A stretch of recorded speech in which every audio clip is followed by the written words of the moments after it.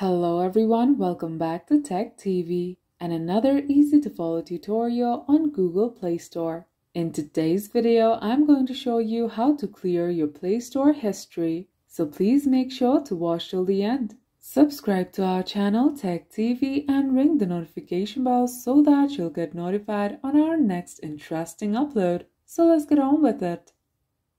At first, open the Play Store on your device and tap your profile at the top right. On the pop-up, tap Settings. Here, tap General and select Account and Device Preferences.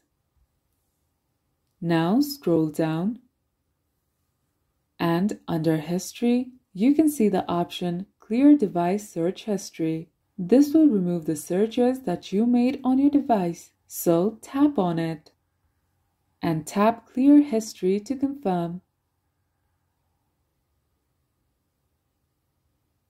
And that's how you clear your Play Store history. If you liked the video, please leave a like and let me know if you thought it was helpful in the comment section down below. Thank you for watching, and I'll be back with more interesting tutorials soon. Until next time.